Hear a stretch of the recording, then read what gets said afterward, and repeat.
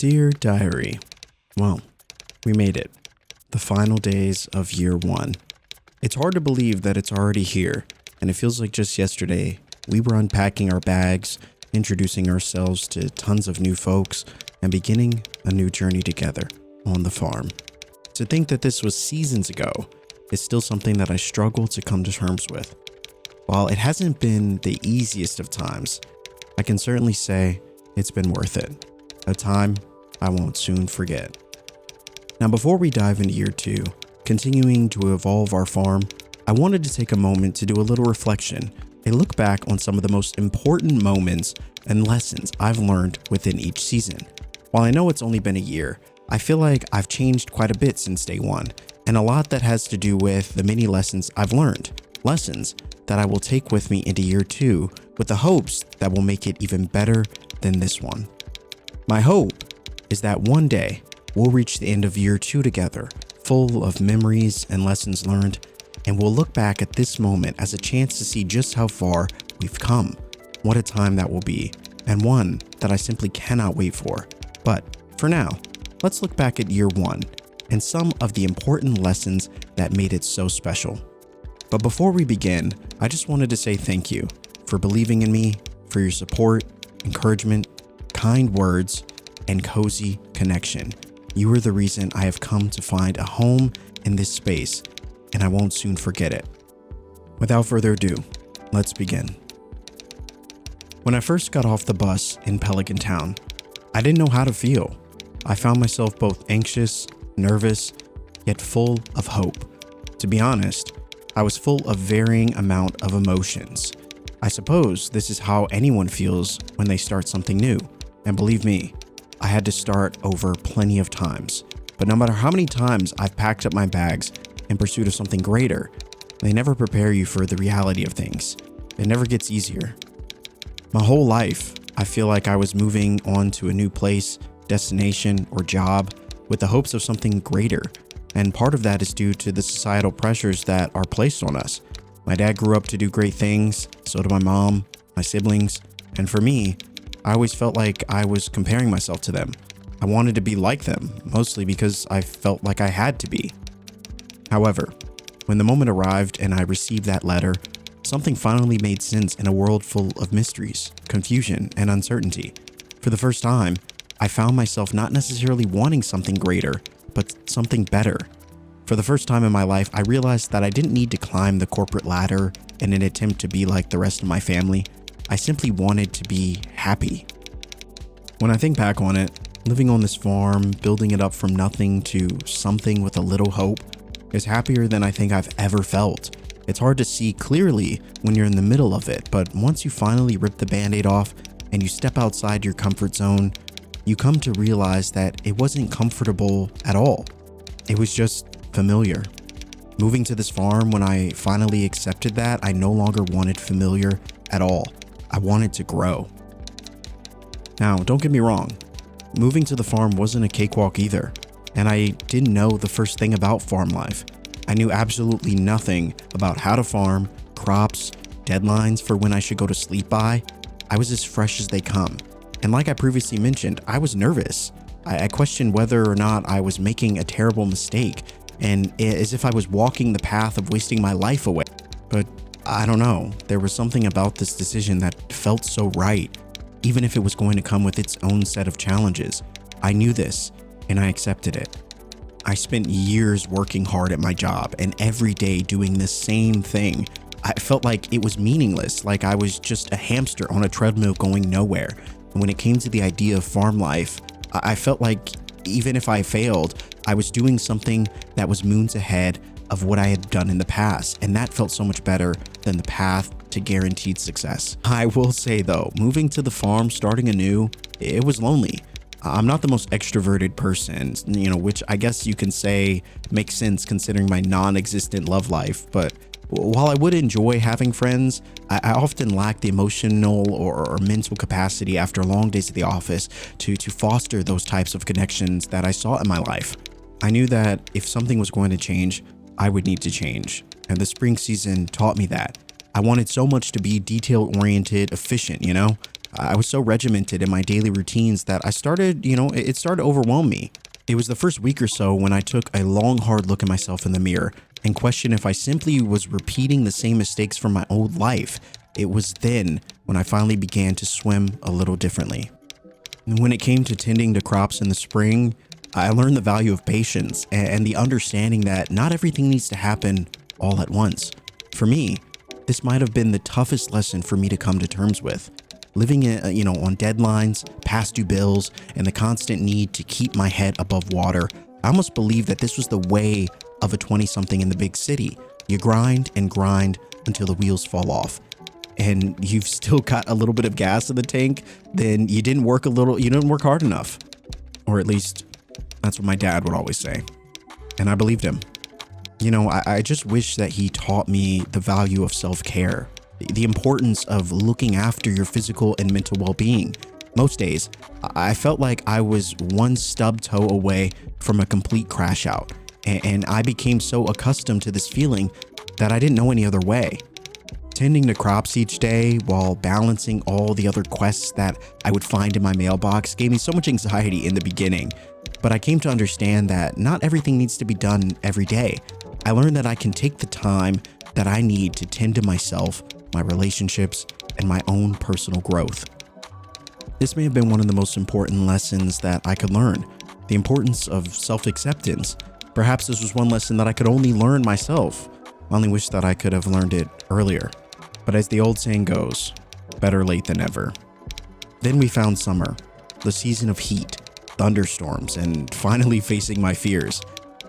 I went into this season with more confidence than I had in the spring, that's for sure, as I started to feel as though I could make it out here on the farm. I was monitoring crops well, sleeping better, and overall, I was just happier. The summer presented some unique challenges. Thunderstorms burrowed their way in just about once a week, and the bugs. Oh man, the bugs. They really found a way to test my patience. I was never a big fan of my personal space being invaded, and so those bugs really put that to the test. I really struggled in the first few days and realized just how much the luxuries of the big city sheltered me from the challenges of others. I had no idea just how difficult it would be to protect my crops from pesky invaders, lightning strikes, or my inability to want to be in the heat. Despite all that I complained about, it was this season where I truly wondered if I was cut out for the intense dry heat, the bugs, and the lack of resources at times. It was the first time where I actually missed my old life. Suddenly, I told myself that it is often the lowest of lows in which we start to question what if, and beyond that lies true growth and enlightenment. This was the whole reason I came out here, to grow, and so we pushed ahead.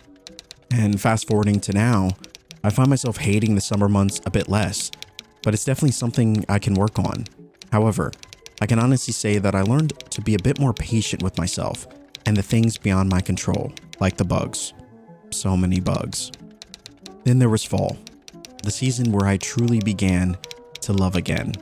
Love the smell of fresh fallen leaves, love the smell of baked goods, pumpkins, the sounds of children laughing. I discovered love in a way that I didn't know existed.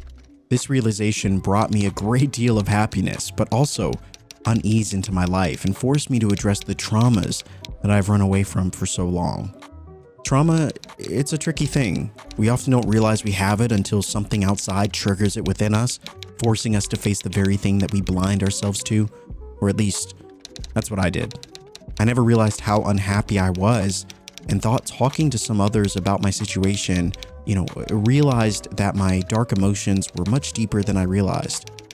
So deep, in fact, that I was numb to it.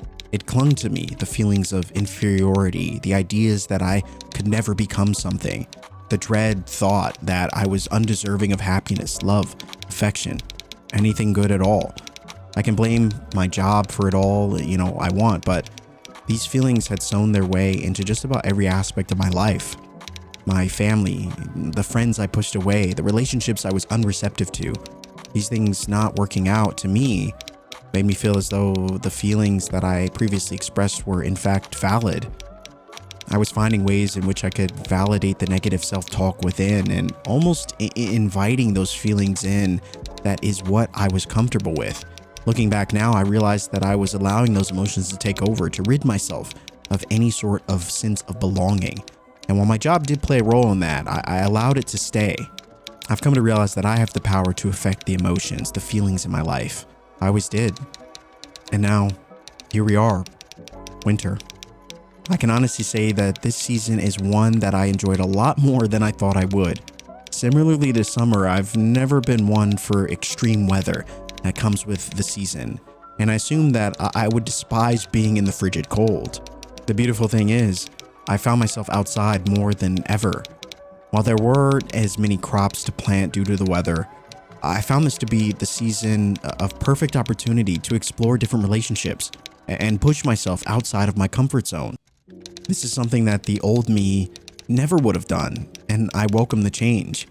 I participated in Secret Santa gift exchanges, night markets, and so many things that forced me to interact. And you know what? I came out of my shell as a result of it. For the first time in my life, I feel like I belong. To be honest, this actually, brings a bit of a tear to my eyes to say such a thing out loud. And it's the reason why I began this journey, and more importantly, why I share so much of this journey with you. Nobody should be alone. And if this journey through finding myself in this town could connect with anyone or cause anyone to ask themselves the tough questions, that's all I could possibly hope for. We all deserve to feel connected, to feel as though we belong, to be in a place where we are celebrated by those around us. And as someone that never thought they could find such a thing, I sit here reflecting on the past months of self-exploration and discovery to tell you that it is possible. Is it uncomfortable? Sure it is, but so is anything in life worth doing. And I did it. I pushed myself into situations that felt foreign to me, allowed myself to experience joy, peace, happiness, and love, and received all the things that came before me. It's genuinely a feeling that I never thought possible, and now I want more than anything to offer that feeling and connection and peace to someone else. So, if you're reading this, I hope that you're able to find joy, peace, and love that I have. Perhaps it will force you to push yourself outside of your comfort zone, but I truly felt and feel that this is more than possible for you. You are capable, deserving, and warrant of all the love that you seek, and I hope that you find it. For me, that is one of the most important lessons that I learned through this first year on the farm, to love and allow myself to be loved, to seek help, to ask the tough questions, to be patient with both myself and those around me, and to allow the things that will be to just be. So, what's next? What happens in year 2? Well, I wish to allow love to come into my life and hope that when it arrives, in whatever form, that I will have done enough of the work to feel accepting of it. I plan to continue to turn my little farm into a utopia of peace, love, and positivity, and to continue to share my story with those that are willing to listen. I like to believe that you never know whose life you're impacting with your words, and I hope that the good energy that I put out there will find those that are in the need of it the most. Year 1 has been one of the most life-changing years, and I hope that I can continue to grow as we dive into year 2. Who knows what new challenges we will face, but I know that we will get through it together. Thank you for allowing me to share my experience with you, for being receptive of it, for coming as you are, and allowing true connection and friendship to take place. It's been an honor to receive messages from you, hear your feedback, and connect with you on this shared journey. Here's to another year on the farm, to growth, to fun, to cozy. Here's to you.